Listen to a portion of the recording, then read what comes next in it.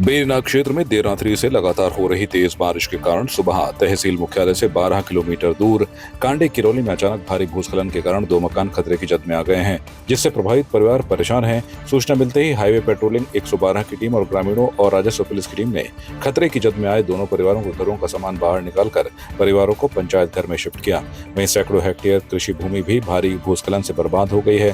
तहसील प्रशासन की ओर से क्षति का आकलन किया जा रहा है, जिसके बाद नियमानुसार मुआवजा दिया जाएगा।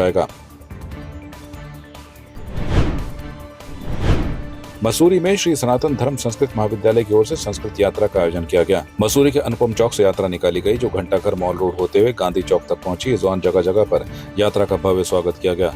विगत एक सप्ताह से श्री संस्कृत महाविद्यालय में संस्कृत यात्रा का आयोजन किया जा रहा था, जिसमें संस्कृत भाषा के प्रचार प्रसार के साथ ही विभिन्न प्रतियोगिताएं आयोजित की गई। मसूरी के एकमात्र संस्कृत विद्यालय में संस्कृत भाषा का पठन पाठन कराया जाता है, जिसमें दूर दूर से आकर छात्र संस्कृत भाषा का अध्ययन करते हैं और इस भाषा को आम जनता तक पहुंचाने के लिए महाविद्यालय की ओर से निरंतर प्रयास किया जा रहा है। संस्कृत महाविद्यालय की प्रधानाचार्य मीनाक्षी चौहान ने बताया कि हर वर्ष श्री संस्कृत महाविद्यालय की ओर से संस्कृत सप्ताह का आयोजन किया जाता है और संस्कृत भाषा के प्रचार प्रसार के लिए आम लोगों को जागरूक किया जाता है।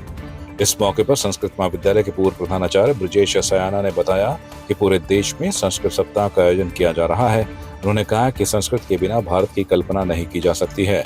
आयुर्वेद, योग सब संस्कृत की देन है और आज पूरे विश्व में लोग योग और आयुर्वेद को अपना रहे हैं।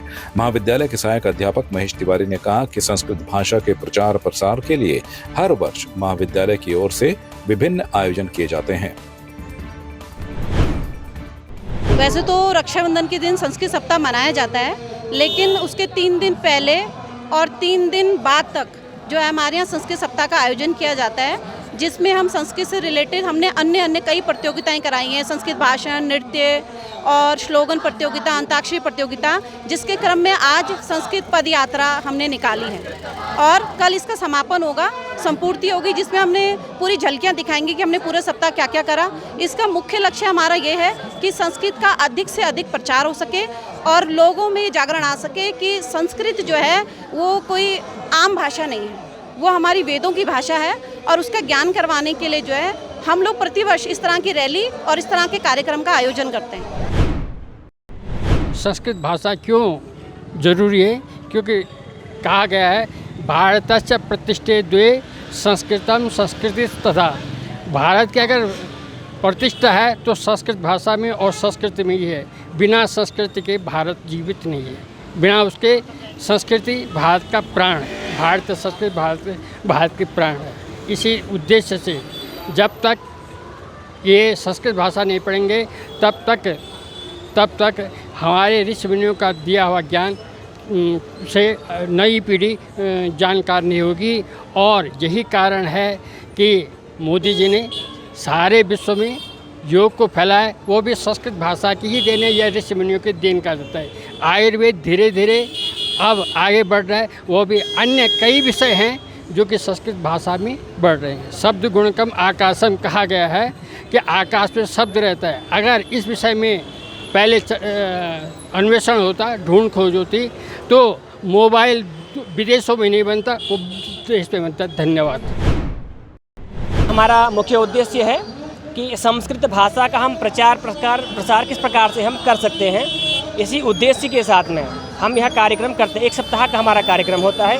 इस कार्यक्रम के अंतर्गत संस्कृत के प्रचार प्रसार संबंधित जो कुछ भी हम कार्य कर सकते हैं, उन सभी कार्यों को हम इस कार्यक्रम के अंतर्गत करते हैं।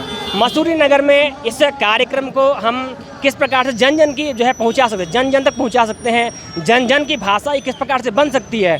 आज के समय हिंदी तो हम सब बोल रहे हैं, अंग्रेजी साथ में बोल रहे हैं, लेकिन संस्कृत भाषा क्यों नहीं बोल पा रहे हैं हम?